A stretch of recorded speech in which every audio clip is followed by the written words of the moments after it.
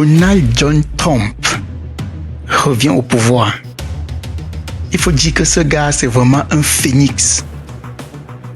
Et si Donald Trump était le messie qu'il faut pour ce monde, c'est ce qu'on va découvrir dans cette vidéo. Alors, reste jusqu'à la fin pour bien comprendre. N'oublie pas de t'abonner et de liker.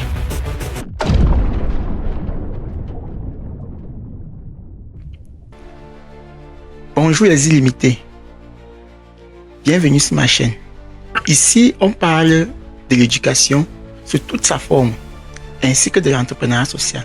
Car je crois que ces deux piliers sont les seuls héritages durables que l'on peut laisser à notre société actuelle. Alors, si ça t'intéresse, abonne-toi pour ne pas rater les prochaines vidéos.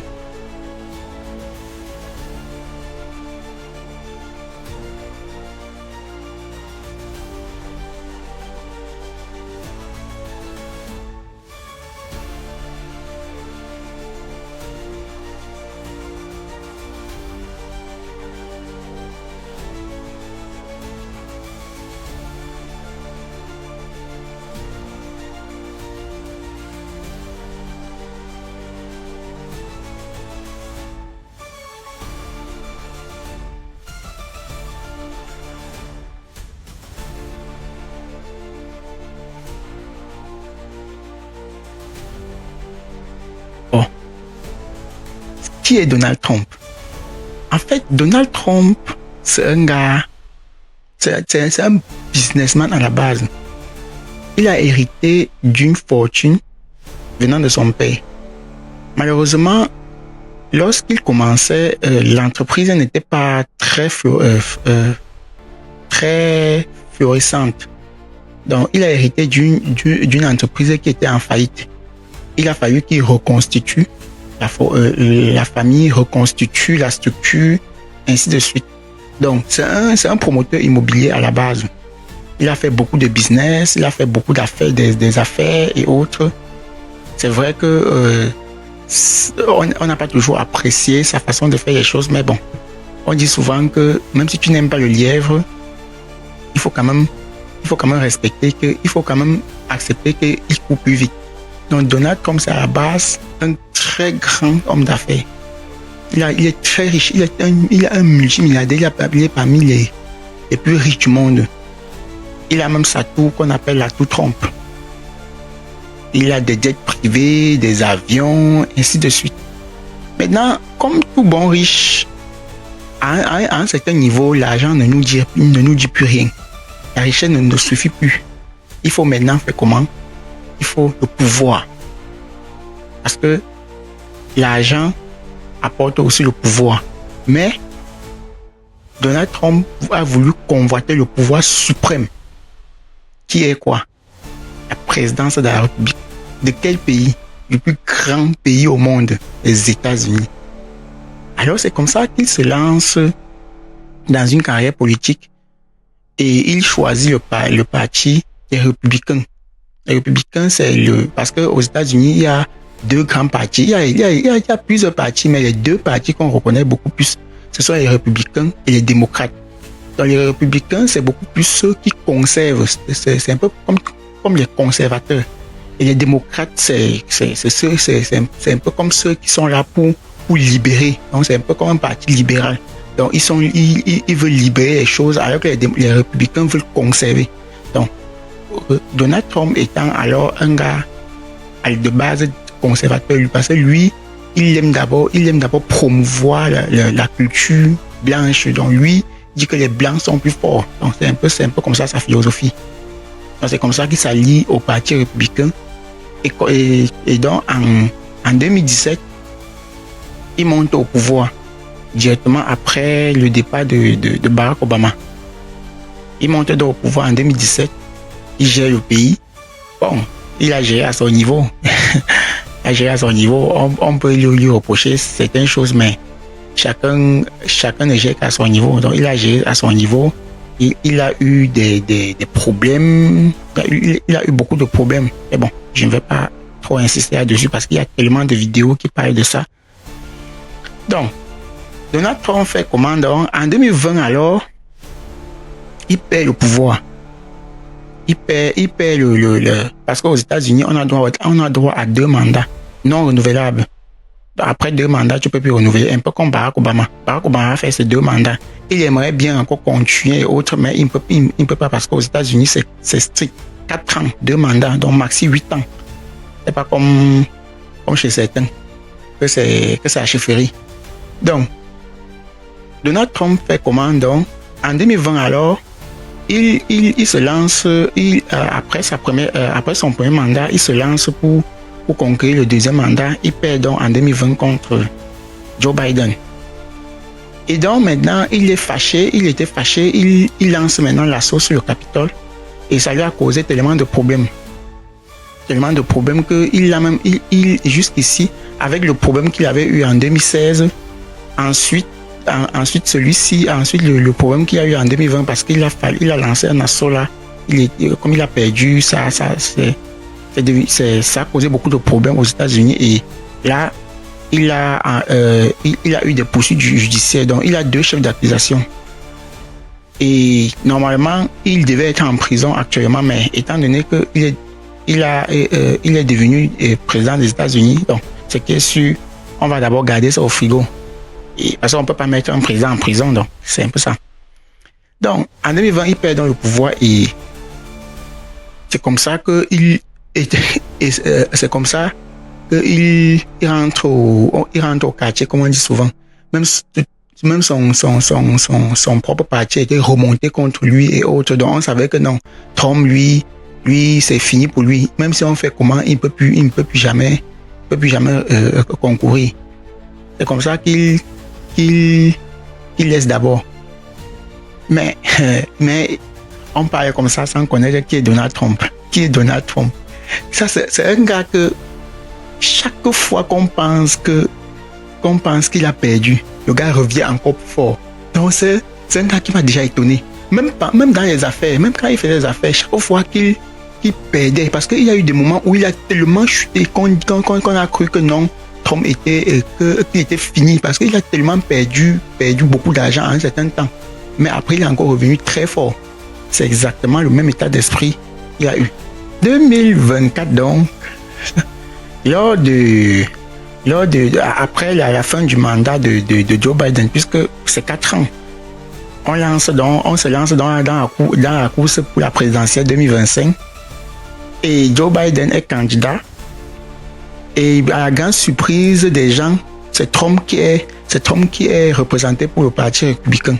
Et on ne sait pas ce qui s'est passé là-bas. Mais bon, c'est lui qui s'est imposé pour être représenté pour le Parti républicain. Comme d'habitude, Trump, c'est un phénomène. Donc, le gars m'inspire. Ça, c'est un père qui m'inspire moi-même.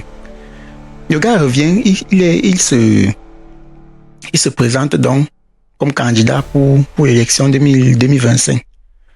Maintenant, ce qui se passe, c'est que quoi?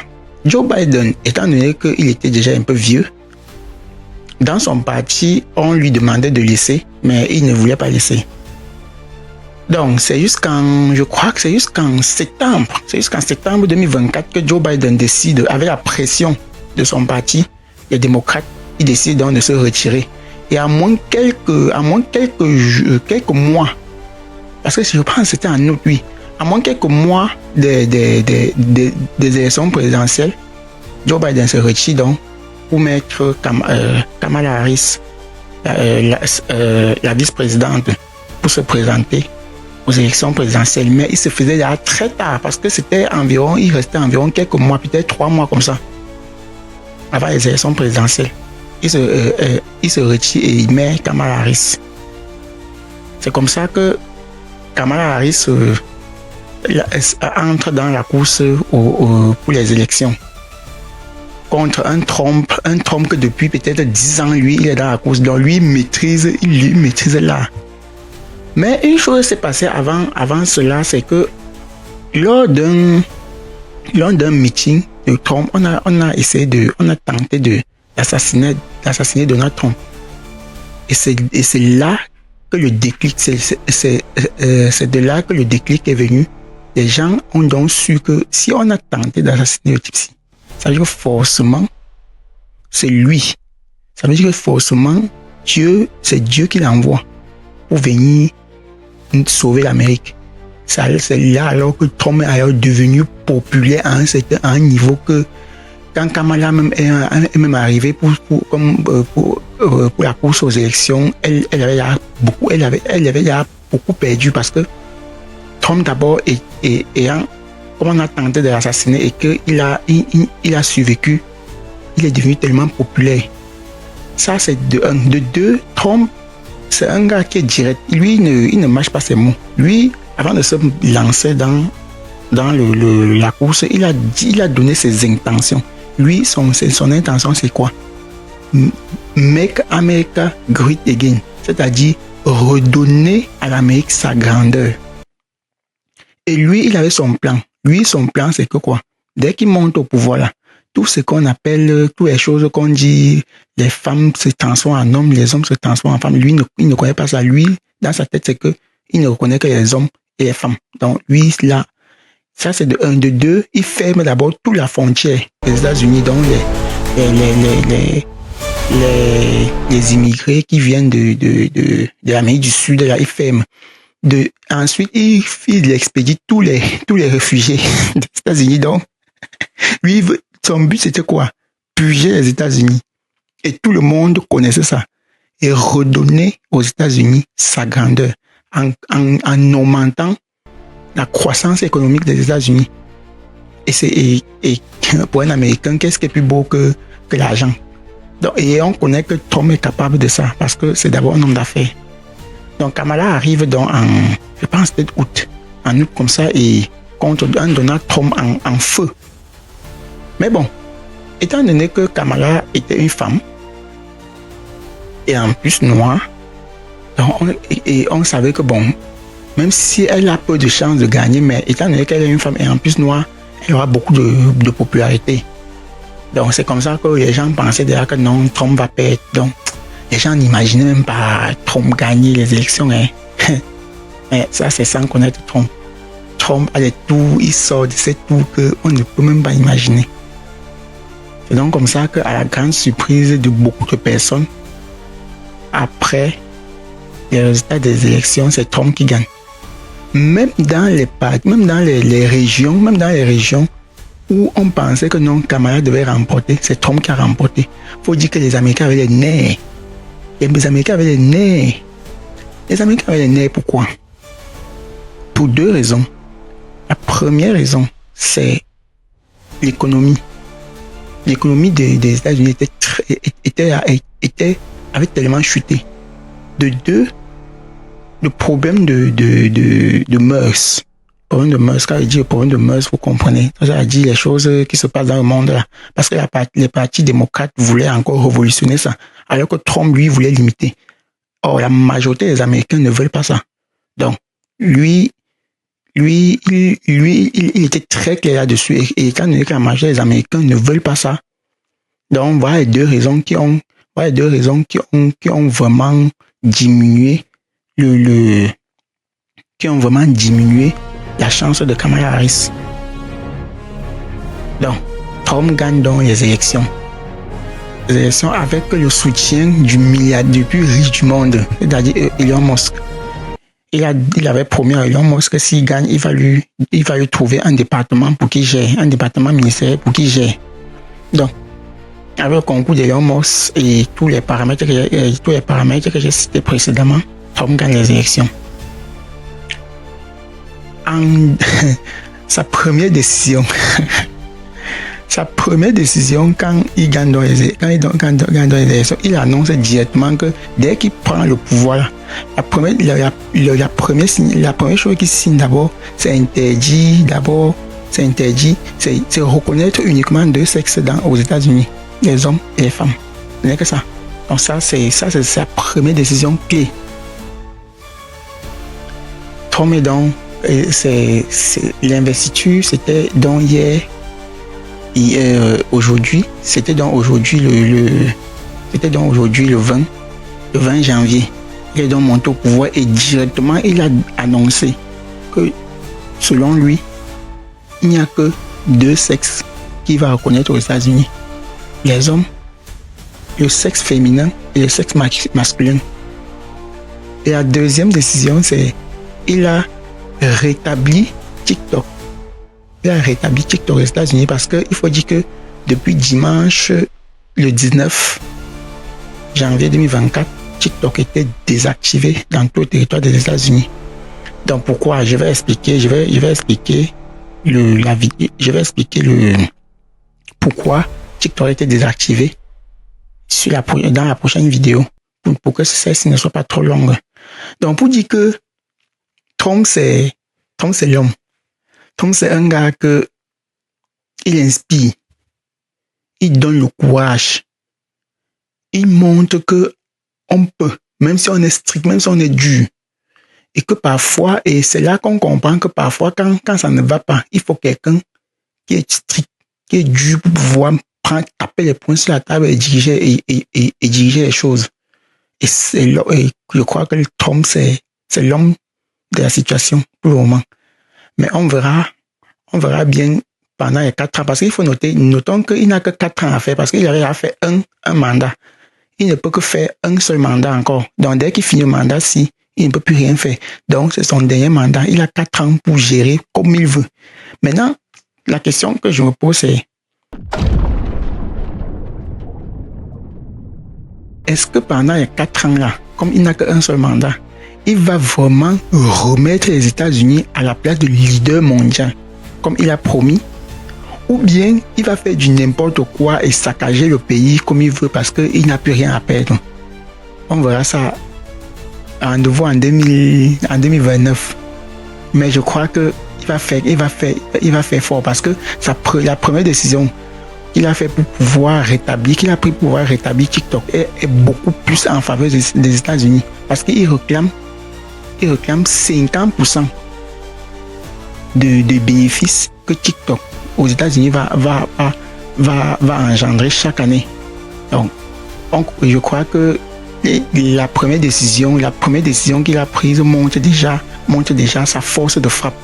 Et voilà pourquoi je dis là de revenir au pouvoir par le pouvoir. Ça, c'est du Trump. Non, ça, c'est un gars.